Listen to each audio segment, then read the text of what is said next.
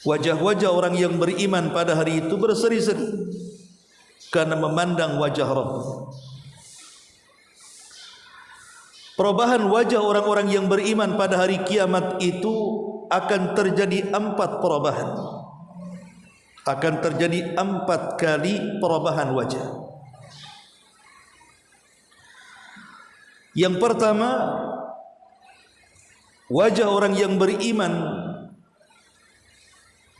adalah al-bayad, putih. Kemudian yang kedua, wajah putih ini akan berubah menjadi musfir.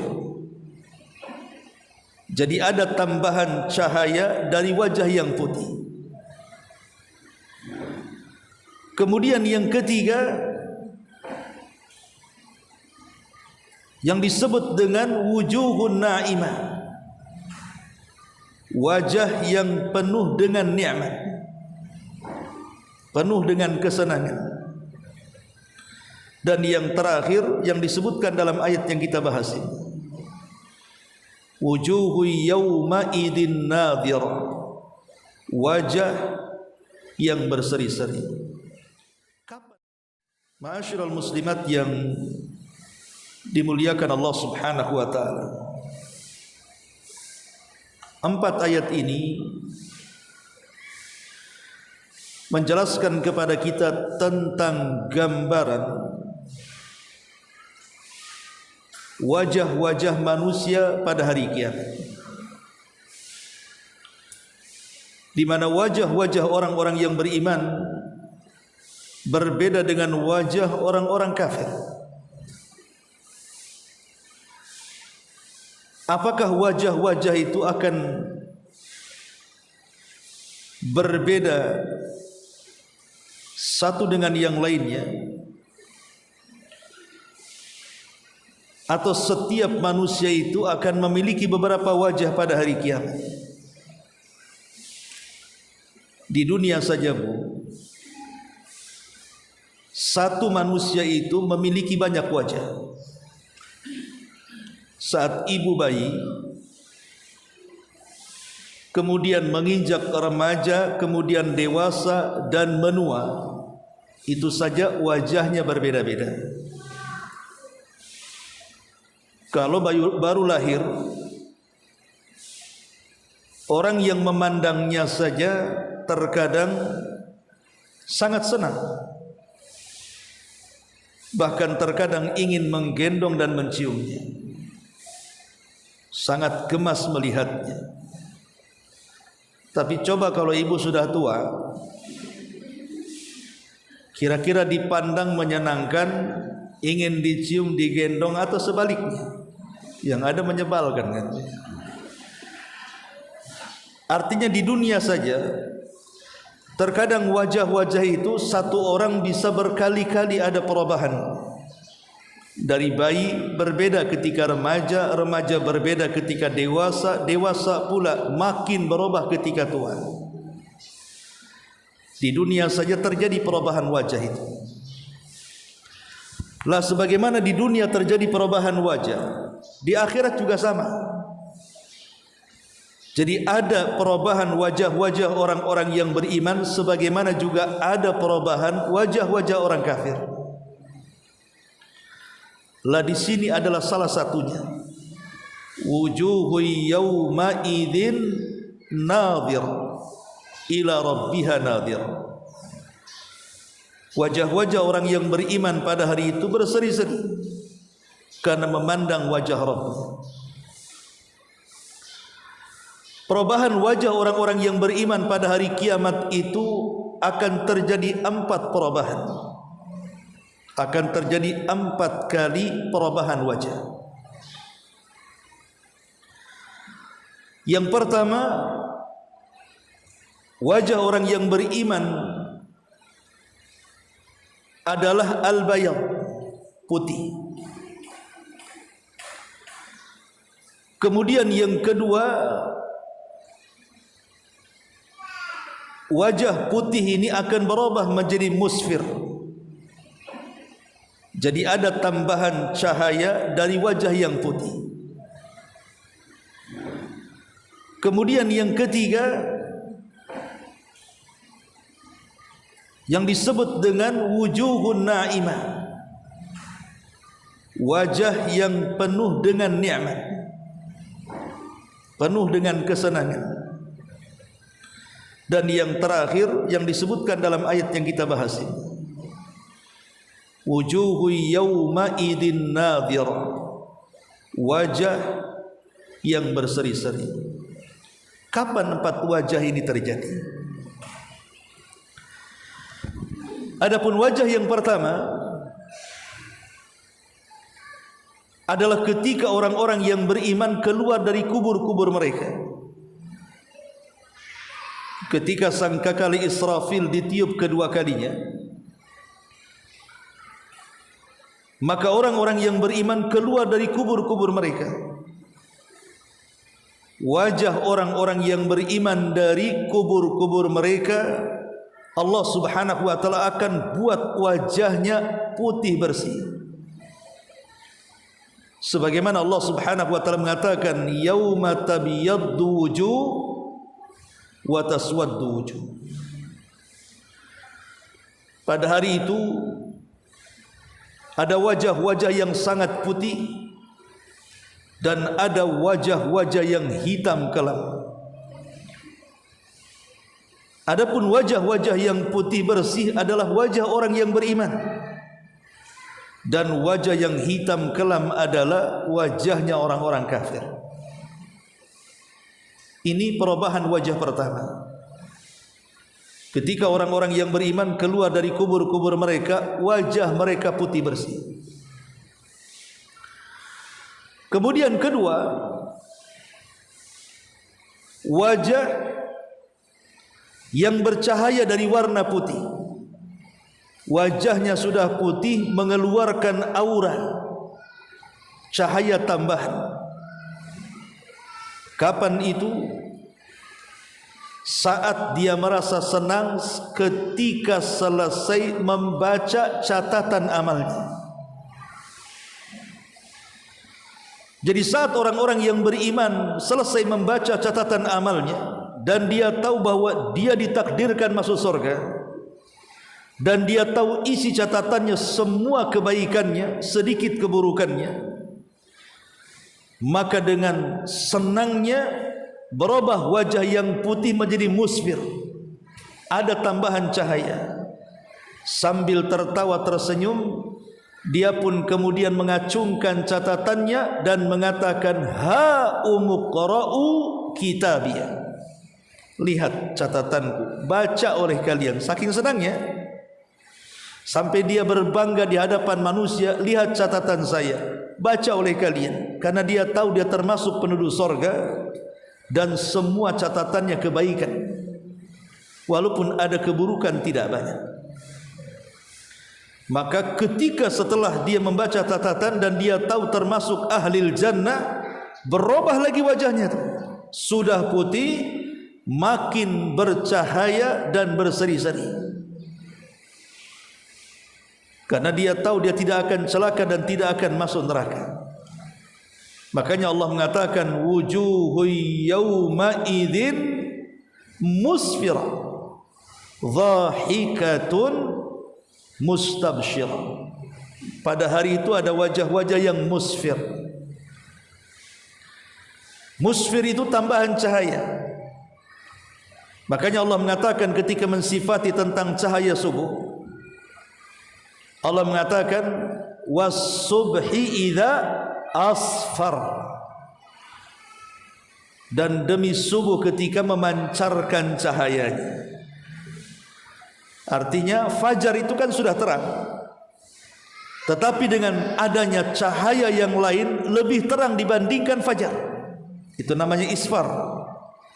Wajah seorang yang beriman itu sudah putih, tapi makin putih lagi, makin bercahaya lagi. Kenapa? Karena perasaan yang mendorong merubah wajahnya. Gimana pada awalnya sudah dagdug, apakah saya termasuk penghuni neraka atau sorga? Tiba-tiba diperlihatkan catatannya semua kebaikan, maka dia merasa dia akan masuk sorga dan tidak akan masuk neraka. Disitulah tambahan kesenangan bagi orang yang beriman, sehingga dari wajah yang putih menjadi bercahaya.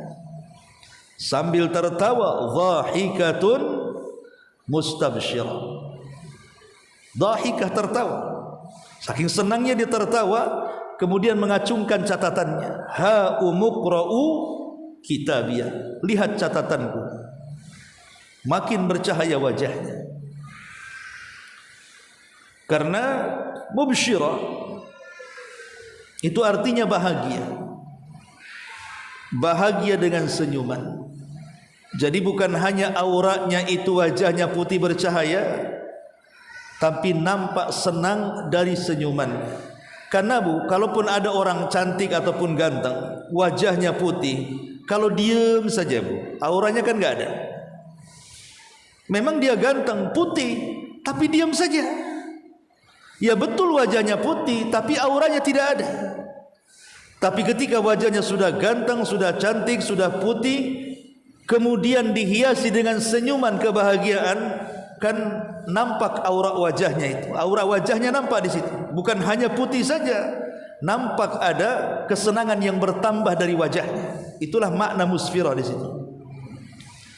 Dan dua wajah ini terjadi sebelum masuk ke surga. Adapun setelah kemudian orang-orang yang beriman menginjak surga, kemudian dia merasakan kenikmatan surga, kenikmatan yang sebelumnya di dunia tidak pernah terbayang dalam otak pikirannya, tidak pernah terlihat dalam pandangannya, tidak pernah terdengar dalam telinganya. Tiba-tiba dia merasakan itu semuanya. Dia bisa makan sesuka hatinya, minum sesuka hatinya, menikah sesuka hatinya, dan begitu seterusnya. Dengan kenikmatan yang sudah dia rasakan di sorga, mulai berubah lagi wajahnya itu. Bukan hanya sekedar putih dan bercahaya, mulai na'imah. Hidupnya penuh dengan kesenangan, tersenyum sepanjang masa. Tersenyum sepanjang masa dan nampak keindahan wajahnya. Makanya sering saya contohkan kalau ada dua anak, yang satu tinggal di Ruli, yang satu anak menteri,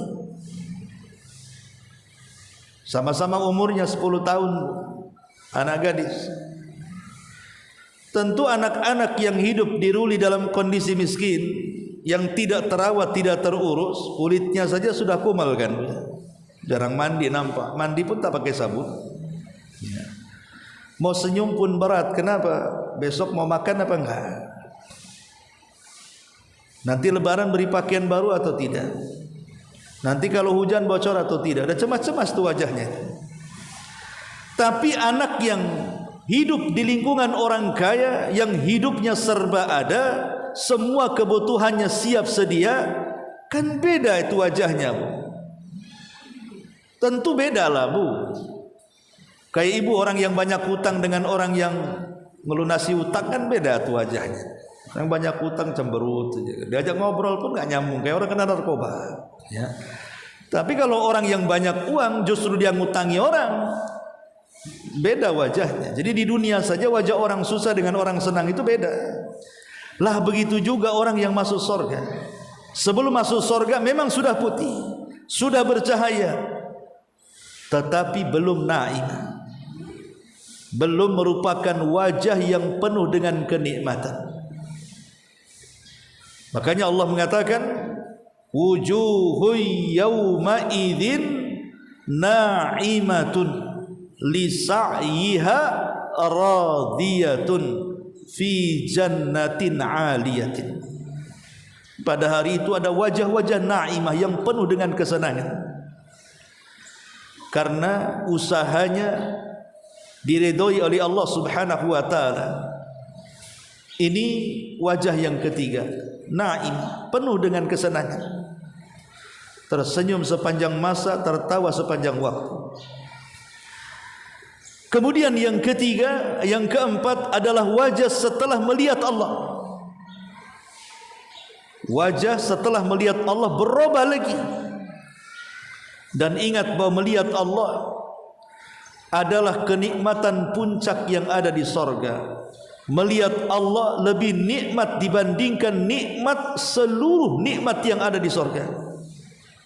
Karena itu kenikmatan puncak bagi seorang yang beriman langsung memandang wajah Allah subhanahu wa ta'ala. Maka saat kemudian orang-orang yang beriman melihat wajah Allah subhanahu wa ta'ala, inilah wajah terakhir yang diperlihatkan orang-orang yang beriman. Yang Allah katakan di sini, wujuhun yawma idzin nadhirah ila rabbiha nadhirah. Pada waktu itu ada wajah-wajah, maksudnya orang-orang yang beriman, penuh dengan berseri-seri. Karena itu puncak daripada kenikmatan. Wajah yang penuh dengan berseri-seri. Kenapa? Karena memandang Rabbnya. Wajah ini muncul setelah memandang Allah subhanahu wa ta'ala. Jadi dua wajah sebelum masuk surga dan dua wajah setelah masuk ke dalam surga. Wujuhun yawma idzin nadhirah. Kemudian Allah subhanahu wa ta'ala mengatakan di ayat 23-nya, ila rabbiha nadhirah. Karena mereka memandang Rabbnya, memandang wajah Rabbnya, Allah subhanahu wa ta'ala. Jarir ibn Abdullah radhiyallahu anhu pernah bercerita sebagaimana diriwayatkan Bukhari Muslim. Dia mengatakan, kunna julusan inda Rasulillah sallallahu alaihi wasallam.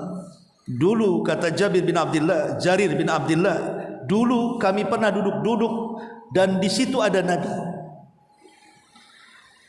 Idh nadhara ilal qamari lailatal badri. Ketika itu kami semua memandang bulan yang ketika itu bulan sedang purnamanya, sedang besar-besarnya tanggal 15 Hijriah. Dan tentunya keindahan bulan tidaklah lebih indah daripada wajah Nabi sallallahu alaihi wasallam. Jadi Nabi sallallahu alaihi wasallam kemudian mengatakan kepada para sahabatnya, dongakkan wajah-wajah kalian ke langit, pandang bulan purnama itu. Rasulullah meminta para sahabat untuk memandang bulan purnama. Maka semua sahabat memandang bulan purnama. Kemudian Nabi sallallahu alaihi wasallam mengatakan, innakum satarawna rabbakum kama tarawna lailatal badri tamam. Kalian semua, kata Rasul, nanti pada hari kiamat akan memandang Rabb kalian seperti hari ini kalian memandang bulan. La tudhamuna li ru'yatihi syai'un. Dan kalian saat memandang Rabb kalian, kalian tidak berdesak-desakan sebagaimana kalian memandang bulan juga tidak berdesak-desakan. Jadi cukup menegakkan ke atas sudah nampak bulan. Begitulah kita memandang Rabb kita kelak di sorga seperti melihat bulan. Bukan berarti wajah Allah seperti bulan, bukan itu persamaannya, tapi cara memandangnya seperti memandang bulan, tidak berdesak-desakan. Ma'asyiral muslimat yang dimuliakan Allah subhanahu wa ta'ala, dari sini kita tahu bahwa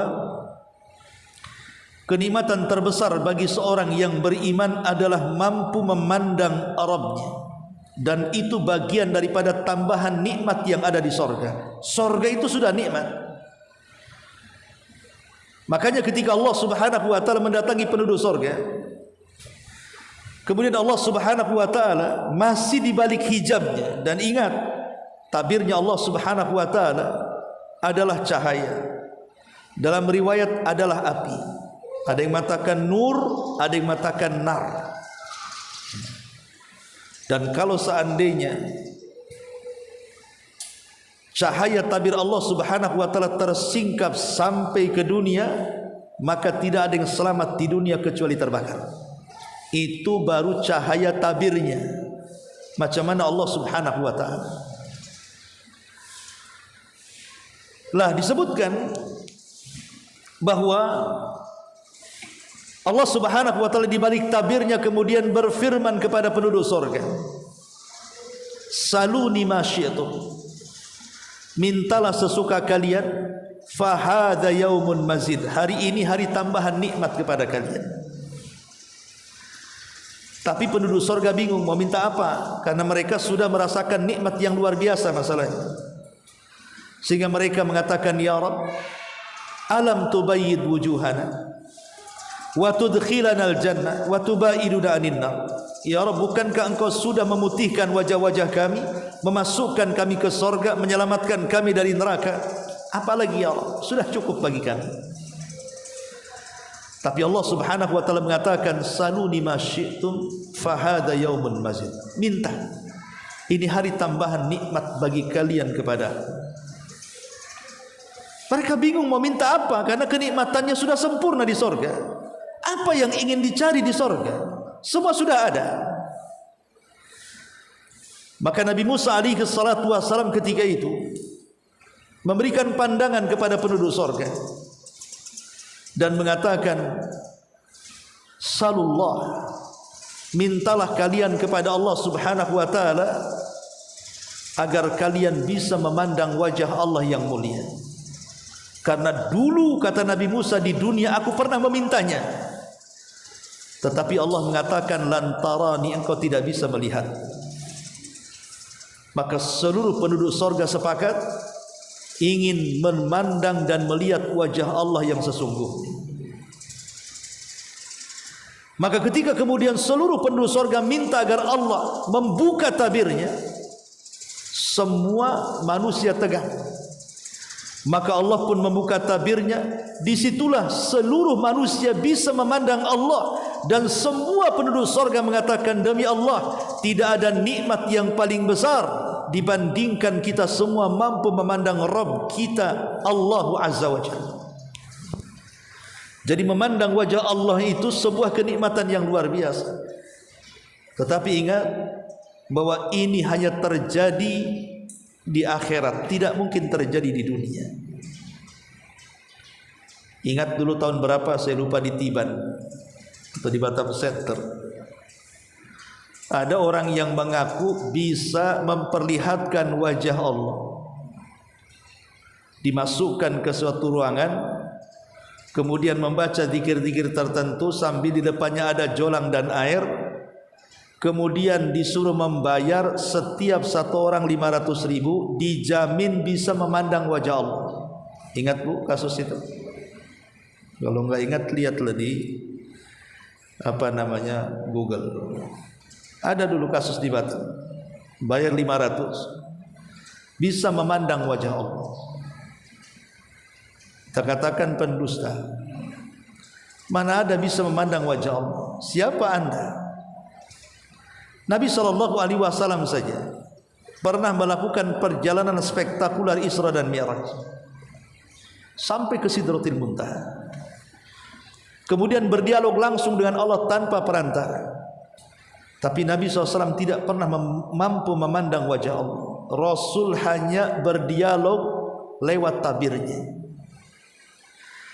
Makanya Aisyah radhiyallahu anha mengatakan, siapapun yang mengatakan Nabi SAW ara'a rabbahu, bahwa dia Muhammad SAW pernah melihat Rabbnya, maka orang ini telah berdusta atas nama Allah dan Rasulnya.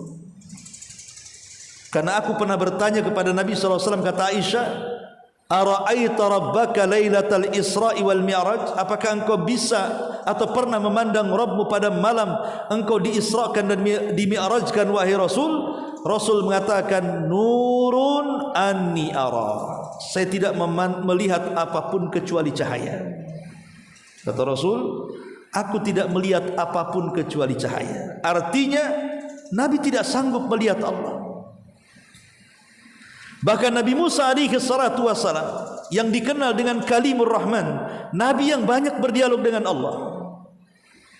Satu hari Nabi Musa ini pernah ingin memandang wajah Allah Subhanahu wa taala di Bukit Tursina dan mengatakan, anzur ilaika ya Rabb. Ya Rabb, bisa enggak aku bisa melihat wajahmu, kata Nabi Musa. Tapi Allah Subhanahu wa taala mengatakan lan tarani, engkau tidak bisa melihat. Tetapi kata Allah, fa in istaqarra makana,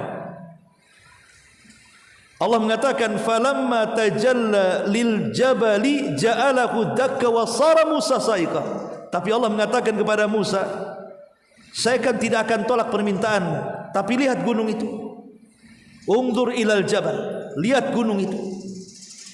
Kalau aku menampakkan kepada gunung itu dan gunung itu tidak bergerak dan tidak bergeming, fasaufa tarani, engkau bisa melihat. Maka Allah mengatakan falamma tajalla rabbuhu lil jabali, ketika Allah menampakkan dirinya ke gunung, bukan wajahnya tapi cahayanya, cahaya tabirnya ditampakkan ke gunung, ja'alahu dakka, tiba-tiba gunung itu hancur berantakan. Imbasnya wasara Musa sa'iqa, Musa pun pingsan karena getaran hancurnya gunung Tur Sinai itu. Kalau seandainya cahaya dari tabir Allah saja bisa menghancurkan gunung, macam mana cahaya wajah Allah Subhanahu wa taala? Pertanyaannya, kenapa Allah Subhanahu wa taala tidak bisa terlihat di dunia? Kenapa? Apakah manusia memang tidak bisa melihat Allah di dunia? Sebenarnya bukan tidak bisa Allah dipandang di dunia, tapi mata kita tidak sanggup memandangnya.